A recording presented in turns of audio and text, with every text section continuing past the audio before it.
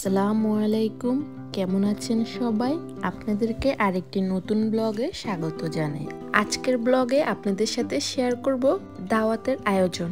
দাওয়াত বললে ভুল হবে, খুব কাছে 2-3 জন বন্ধু আসবে আমার হাজবেন্ডের, তাই তাদের জন্য ডাল ভাতের আয়োজন করছি, সেটাই শেয়ার করব। দাওয়াতটা যদিও রাতের বেলা, কিন্তু মাংসগুলো দুপুরবেলায় ভিজিয়ে রেখেছি আর কিছু কাজ টুকটুক করে সেরে নিচ্ছি।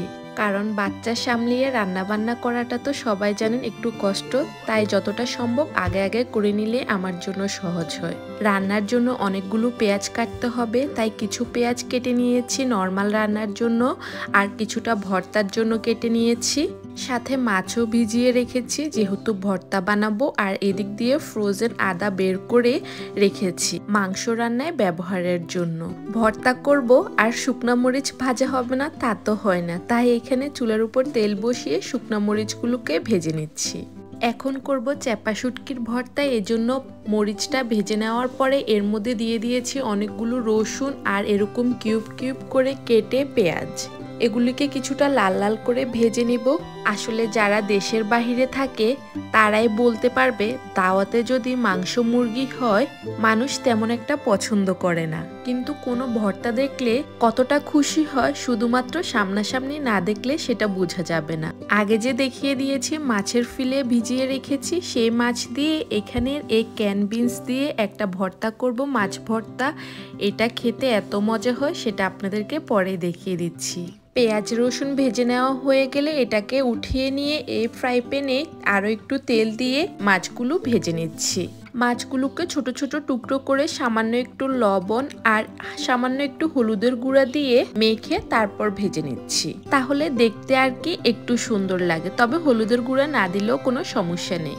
তারপর ভালোভাবে ভেজে নেওয়া হয়ে গেলে মাছগুলোকে উঠিয়ে নিব। আগে বেশি তেলে ভাজার জিনিসগুলো ভেজে নিচ্ছি, যেমন মরিচ, মাছ, রসুন, পেঁয়াজ ভেজে নিয়েছি। মাছ ভেজে নেওয়া হয়ে গেলে এই তেলের মধ্যে দিয়ে দিচ্ছি ক্যানের বিনসগুলো। আর এখানে তেমন একটি তেল দিচ্ছি না, যেটুকুই মাছ ভাজার ছিল সেই তেলের মধ্যেই ভেজে নিয়েছি। এই বিনসগুলোতে অনেকটাই পানি থাকে, তাই পানিটা ভালোভাবে শুকিয়ে নিয়ে এর সাথে কিছু পেঁয়াজ আর কাঁচামরিচ দিয়েও একসাথে ভেজে নিয়েছি ভর্তার জন্য। এবার এক চুলায় বসিয়ে দিয়েছি মাংস রান্না, এর জন্য তেলের সাথে পেঁয়াজটা দিয়ে দিয়েছি আর আরেক চুলায় ফ্রাই প্যানে শুটকিটা ভেজে নিচ্ছি। এটা হচ্ছে চ্যাপা শুটকি, তো শুটকিটাকে ভালোভাবে তেলে নিচ্ছি। আর এই শুটকিটা ভাজার সময় সামান্য একটু তেল ব্যবহার করেছি। এছাড়াও রান্না করব চিংড়ি মাছের মালাইকারি, তাই চিংড়ি মাছগুলোকে ভিজিয়ে রেখেছি। এখন মাছগুলোকে ভালোভাবে পরিষ্কার করে নিচ্ছি। তাই ভাবলাম আপনাদের সাথে একটু শেয়ার করি এদেশের চিংড়ি মাছ আমরা কিভাবে কেটে থাকি। মাথার অংশটা কিভাবে কাটতে হয় সবাই তো জানেন, তো এখান থেকে যে ধারালো যে চিকন অংশটা আছে সেটা আমি বের করে নিয়েছি, পরবর্তীতে কাজে লাগবে। আর যে পাখনাগুলো আছে সবগুলো কেটে মাথার ভিতরে যে ময়লা অংশটি থাকে সেই অংশটি বের করে নিব। আমাদের দেশের মানুষজন এই মাথার ময়লা অংশটি বের করে, কিন্তু এদেশে আসার পরে আমি জানতে পারি চিংড়ি মাছের পিঠ থেকেও এরকম কালো সুতার মতো অংশ বের হয়, যেটা পরিষ্কার না করলে খাওয়ার সময় পুরা মনে হবে মুখে বালু নিয়ে চাবাচ্ছেন, এতটাই কচকচ করতে থাকবে। সত্যি বলতে আমেরিকায় আসার আগে আমি জানতাম না চিংড়ি মাছের পিঠের থেকে এই অংশটি বের করে নিতে হয়, কারণ কখনোই আমার আম্মুকে দেখিনি এই ময়লাটি বের করতে হয়, আর কখনো খাওয়ার সময় বালু বালু ফিল করিনি। আমার সাথে আপনারা কারা কারা একমত আছেন অবশ্যই আমাকে কমেন্টসে জানাবেন। তো এইভাবে সবগুলো চিংড়ি মাছ আমি ভালোভাবে ধুয়ে পরিষ্কার করে নিব। মাংসের জন্য চুলার উপর যে পেঁয়াজটা বসিয়ে রেখেছি, পেঁয়াজটাও কিছুটা লাল হয়ে এসেছে, এ পর্যায়ে আমি ধুয়ে রাখা মাংসগুলো দিয়ে দিব। তবে আপনারা চাইলে সবকিছুকে একসাথে মেখে তারপরেও বসাতে পারেন। আমার কাছে মনে হয় পেঁয়াজটা ভেজে নিলে কাজটা আরো কিছুটা তাড়াতাড়ি হয়ে যায়। মাংস দেওয়ার পরে এখানে আমি 3 টেবিল চামচ করে আদা বাটা রসুন বাটা দিয়েছি, 2 টেবিল চামচ জিরা গুঁড়া, 2 টেবিল চামচ ধনিয়া গুঁড়া, 1 চা চামচ হলুদের গুঁড়া, 1 চা চামচ মরিচের গুঁড়া আর সামান্য একটু গরম মশলা দিয়েছি। সবশেষে স্বাদ মতো লবণ দিয়ে দিয়েছি। আর কয়েকটি গরম মশলা অর্থাৎ এলাচি, দারচিনি, তেজপাতা দিয়ে দিয়েছি। আমার কাছে মশলাগুলো দিতে দিতে মাংসটাও নিচে দিয়ে সিদ্ধ হয়ে আসছে, এতে মনে হয় কাজটা আরো কিছুটা তাড়াতাড়ি হয়। এবার মাংসগুলোকে ভালোভাবে মশলার সাথে মিশিয়ে নিয়েছি। তো আমি এভাবে মাংসটি রান্না করে নিয়েছি। সম্পূর্ণ ভিডিওটি করতে পারিনি। আমি কিভাবে রান্না করে থাকি আবার কি কি মশলা ব্যবহার করি সেটাই শুধু আপনাদের সাথে শেয়ার করেছি।